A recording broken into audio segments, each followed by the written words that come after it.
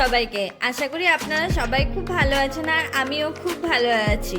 আমার নতুন একটা ব্লগে নতুন একটা দিনে আপনাদের সবাইকে খুব খুব স্বাগত। ডাইরেক্ট সকালবেলায় উঠেই আমার খিদে পেয়ে গেছিলো, বাট রুমেতে ম্যাগি ছিল না, সেই জন্য সকাল সকাল একটা বড় চ্যালেঞ্জেসের মুখোমুখি হতে হয়েছিল। সেটা হচ্ছে ইলেকট্রিক কেটলিতে পাস্তা বানাতে হবে। জানি না কেমন হবে, ভেবেছিলাম যে খেতেই পারবো না, বাট সত্যি খুব সুন্দর হয়েছিল। ওপর থেকে একটুখানি সর্ষে ছড়িয়ে নিয়েছিলাম। খাওয়া দাওয়া কমপ্লিট করে ডাইরেক্ট ভেবেছিলাম আজকে সুন্দর করে একটুখানি স্নান করে নিতে হবে, কেন কি আজকেই লাস্ট ডে। যা ঘোরাঘুরি, যা খাওয়া দাওয়া, যা কেনাকাটি সব আজকেই করতে হবে, আর সময় নেই। কালকেই লাস্ট ডে, কালকে চলে যাওয়ার পালা। ট্রেনের টিকিট অলরেডি হয়ে গেছিলো। গিয়েই আমি সুন্দর করে একটা কাকির কাছে ঢুকে গেছিলাম, বলেছিলাম একটু মাছ ভেজে দাও, কিন্তু তারপরে ভাবলাম মাছ ভাজা তো আমি রোজই খেলাম, বাট আজকে মাছ ভাজা খাবো না, আজকে একটুখানি গ্রেভি বানিয়ে খাবো। কাকি সুন্দর করে মাছটাকে ভেজে দেবে, এবারে পরিষ্কার করে নিচ্ছে। তারপরে বলেছিল যে 1 প্লেট নেবে না হাফ প্লেট। 1 প্লেটের দাম ছিল 200 টাকা, যার মধ্যে 8 পিস থাকবে, বাট আমি যেহেতু একা খাবো সেই জন্য হাফ প্লেট নিয়েছিলাম। 4 পিস 100 টাকা নিয়েছিল। এখানে সুন্দর করে পরিষ্কার করে নুন হলুদটা মাখিয়ে নিয়েছে, এক্সট্রা তেলটা নামিয়ে এখন বানিয়ে ফেলবে চিংড়ি মাছটা। তার মাঝখানে আমি খেয়ে ফেলেছিলাম একটা ডাব। খুবই গরম ছিল, প্রচণ্ড পরিমাণে গরম লাগছিল। আইসক্রিমও খেয়ে যাওয়ার ইচ্ছা যাচ্ছিল, কিন্তু বারবার করে আদি বলছিল তোমার খুব ঠান্ডা লেগে যাবে, এখন আইসক্রিম খেও না, কেন কি এতটাই রোদের জোর ছিল। অনেকজন অলরেডি উঠেই গিয়েছিল, স্নান করছিলই না। আমরা পুরো ভর দুপুরে গেছিলাম, ঘুম থেকে উঠতে প্রায় অনেকটাই দেরি হয়ে গেছিলো। 12টার সময় ঘুম থেকে উঠেছিলাম, তারপরে গেছিলাম 1টার সময় আমরা স্নান করতে।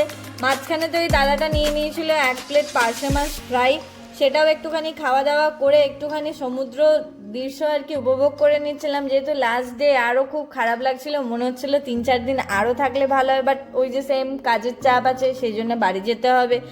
সুন্দর করে কাকি একটুখানি গ্রেভি বানিয়ে নিচ্ছে, জিজ্ঞেস করছিল যে মাঝখানেতে যে টমেটো দেবো কিনা। একটুখানি টমেটোও দিয়ে দিয়েছিলো আর ঝালও দিয়ে দিয়েছিলো, একটুখানি ভালো করে কষিয়ে বানিয়ে নিচ্ছিলো এখানে গ্রেভিটা, দিয়ে এখানে নামিয়ে আমাকে দিয়ে দিচ্ছে প্লেটেতে।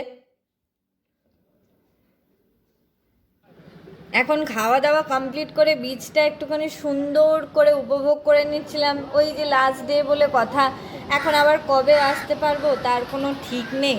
যদিও এখানেতে সত্যি রোদের তাপের জন্য আরও বেশি কষ্ট লাগছিল, যে আরও বেশিক্ষণ থাকতে পারতাম, কিন্তু ওই যে স্নান করতে চলে গেছিলাম দৃশ্য উপভোগ করে। অনেকক্ষণ ধরে নাচানাচি করে মোটামুটি 5টার সময়তে আমরা স্নান করে গেছিলাম। 1টার সময় ভাবো একবার, 1টার সময় নেমেছি, দিয়ে 5টার সময়তে সমুদ্র থেকে উঠে ওই ভেজা গা নিয়ে টোটোর দাদাকে ডেকে মোটামুটি বেরিয়ে পড়েছি। এবারে ডাইরেক্ট বাড়িতে গিয়ে অনেকটা দেরি হয়ে গেছিলো, খাওয়া দাওয়া কমপ্লিট করে রেডি হয়ে নিয়েছিলাম। আজকে ঢেউসাগরটা যেতেই হবে, কেন কি এমনি অনেক ভিড়। বললাম আমরা পয়লা বৈশাখের পর গেছিলাম ঈদের টাইমটাতে, তো এবারে প্রচণ্ড প্যাকড আপ ভিড় ছিল।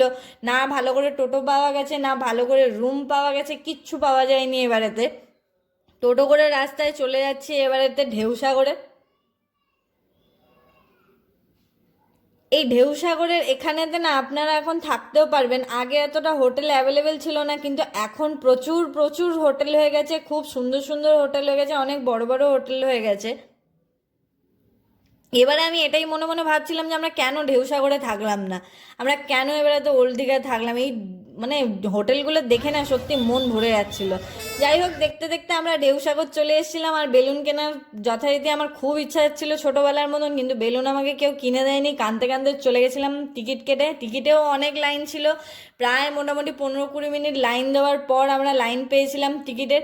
তবে এবারেতে ঢুকে পড়েছিলাম ঢেউসাগরেতে। সুন্দর সবাই একটু ছবি টবি তুলে নিয়েছিলাম আমরা। আদিকে এখানে বলছিলাম যে সবাইকে একটুখানি হাই করে দাও, ও একটুখানি হাই টাই করে চলে যাচ্ছিল। আমার ওখানেতে এত সুন্দর সুন্দর জাম্পিং জ্যাকগুলো ছিল যে আমার মনে হচ্ছিলো যে ওগুলোতে একটুখানি চাপি, কিন্তু ওখানে তো বড়দের অ্যালাউ ছিল না, সেই জন্য বলছে বড়দের আমি চাপাবো না, সব যা আছে সব ছোটদের। এখানে এই ট্রেনটা না একজনের প্রতি পার্সনেতে 20 টাকা করে নিচ্ছিল। একটু এগিয়ে চলে যাচ্ছিলাম, আমার একটুখানি এত পাপড়ি চাটের দোকান দেখছিলাম, দিয়ে মনে হলো যে পাপড়ি চাট খেয়ে নিই। পাপড়ি চাট বানানোর সময় কালার দেখে তো আমার মাথা খারাপ, ভাই রে ভাই কি কালার দেখাচ্ছে, লাল রঙের পাপড়ি চাট। আজ একটু খেয়ে টেস্ট করে নিল, ভালো নয়, নিয়ে আমাকে বলছে তুমি খাও এবারেতে। ওখানে বোটিংও করা যাচ্ছিলো, আমরা অনেকটা সন্ধে হয়ে গেছিলো বলে বোটিং করিনি, খুব গরমও ছিল বলে। একটা পার্সনের হিসেবে নয়, 4 জনের ওখানেতে 100 টাকা নিচ্ছিল বোটিং করার জন্যে। খুব ভিড়, সেটা আপনি দেখেই বুঝতে পারছেন ভিডিওতে। আর এই ট্রেনটা এত সুন্দর ছিল, আমার চাপার খুব ইচ্ছা ছিল, কিন্তু প্রচুর ভিড় ছিল, সেই জন্য চাপতে পাইনি। সেম এগুলো 10 টাকা করে টিকিট ছিল। বাকি সাইকেলের রাইড আমরা ওখানেতে করিনি।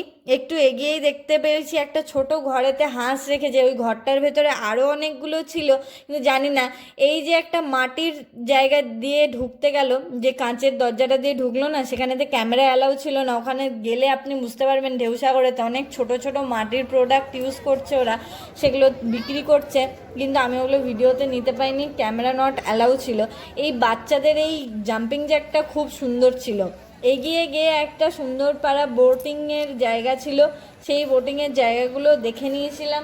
আর এখানে ওই ময়ূরটা না থাকার জায়গা বলছিল, সেটাও দেখে নিয়ে একটুখানি উপভোগ করতে করতে চলে গেছিলাম একটুখানি। ওখানেতে আমরা একটুখানি ছবি টবি তুলেও নিয়েছিলাম। দিয়ে এই গাড়িগুলো চালাচ্ছিল, সেটা আমার খুব চালাতে ইচ্ছে যাচ্ছিলো, কিন্তু অনেক বাচ্চাদের সেম। একটুখানি খাওয়া দাওয়া করে নিয়েছিলাম, আইসক্রিম কোল্ড ড্রিঙ্কস দিয়ে একটু বেরিয়ে যাচ্ছিলাম, অনেকটাই ভিড় ছিল সেই জন্যে। আদি মাকে ধরে ধরে নিয়ে যাচ্ছিল, কেন কি খুব ভিড় ছিল, আর মাকে একটু সুন্দর সুন্দর পোজ দিয়ে বলা হচ্ছিল ছবি তোলার জন্যে। ওখান থেকে বেরিয়ে টোটো নিয়ে চলে এসেছিলো। আদি বলছিল যে চলো এবারেতে ওল্ড দীঘা যাব বা নিউ দীঘা যাব, যে কোনো একটা যাব, চলো ওখানেতে বসে একটুখানি খাবার দাবার খাবো, একটুখানি গল্প করব। আমরা বেরিয়ে পড়েছি এবারে ওল্ড দীঘা যাওয়ার জন্য, ডিসাইড করে নিয়েছিলাম, টোটোওয়ালাকে বলেও দিয়েছিলাম ওল্ড দীঘাতে যাব। দিয়ে ডিসাইড করার পর আবার চেঞ্জ হয়েছে, দিয়ে আবার বলা হয়েছিল যে নিউ দীঘাতে যাওয়ার জন্য, কেন কি ঢেউসাগর থেকে নিউ দীঘাটা কাছে, সেই জন্য আজকে নিউ দীঘাতে চলে গেছিলাম, কি মালপত্র পাওয়া যাচ্ছিল সেই সব দেখার জন্যে। বাস্কিন রবিন্সে একটুখানি গিয়েছিলাম, একটুখানি আইসক্রিমও খেয়ে নিয়েছিলাম, আর অনেক দাদারা ছিল, তারা একটুখানি মাছ ভাজাও খেয়ে নিচ্ছিল।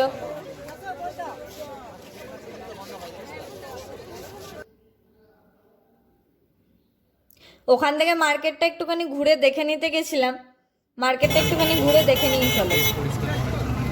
দিয়ে ডাইরেক্ট ওখান থেকে আবার মার্কেট ফার্কেট দেখে আমাদের খুব গরম লাগছিল, সেই জন্য ওখান থেকে বেরিয়ে চলে গেছিলাম টোটো করে আবার ওল্ড দীঘাতে।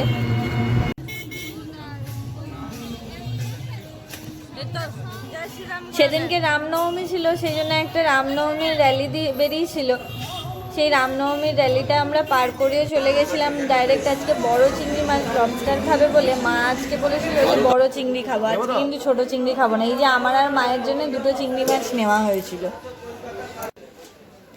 এই চিংড়ি মাছটা 1200 টাকা করে কেজিতে নিয়েছিল।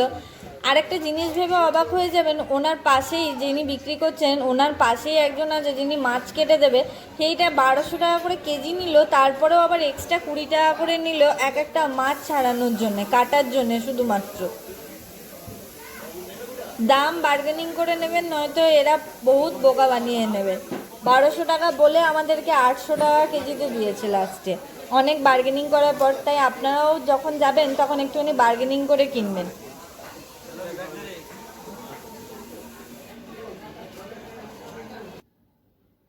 মাছ টাছ কাটা হয়ে গেছিলো, দিয়ে এবারে চিকচিকিটা আমাদেরকে দিয়ে দিচ্ছিল। দিয়ে ওখান থেকে একটুখানি চিকেনও নেওয়া হয়েছিল, যার শ্যুট আমি করতে পারিনি, আমি যাইনি, কেন কি ডাইরেক্ট আমি চলে এসেছিলাম সমুদ্রতে, ওই যে লাস্ট ডে, সেই জন্য একটুখানি বসে সমুদ্রের পাড়েতে একটুখানি উপভোগ করে নিচ্ছিলাম রাত্রেবেলার সমুদ্রটা। তার মাঝখানে একটা বাঁশ পাতা মাছ খেয়েছিলাম, একটা মাছ আছে বাঁশ পাতা নাম, খুবই সুন্দর। সেই মাছটা আদি নিয়ে এসেছিল ভেজে, ফ্রাই করে নিয়ে এসেছিল যদিও, সেই মাছটা একটুখানি খেয়ে নিচ্ছিলাম। দিয়ে বলেছিলাম যে একটুখানি মার্কেটে যাব, কয়েকটা জিনিস কেনার আছে। একটা বুনির জন্য একটা ব্যাগ নেওয়া হয়েছিল, আর একটা টুপিও নেওয়া হয়েছিল। আর এই বুদ্ধটা না আমার খুব পছন্দ হয়েছিল, কিন্তু নিইনি।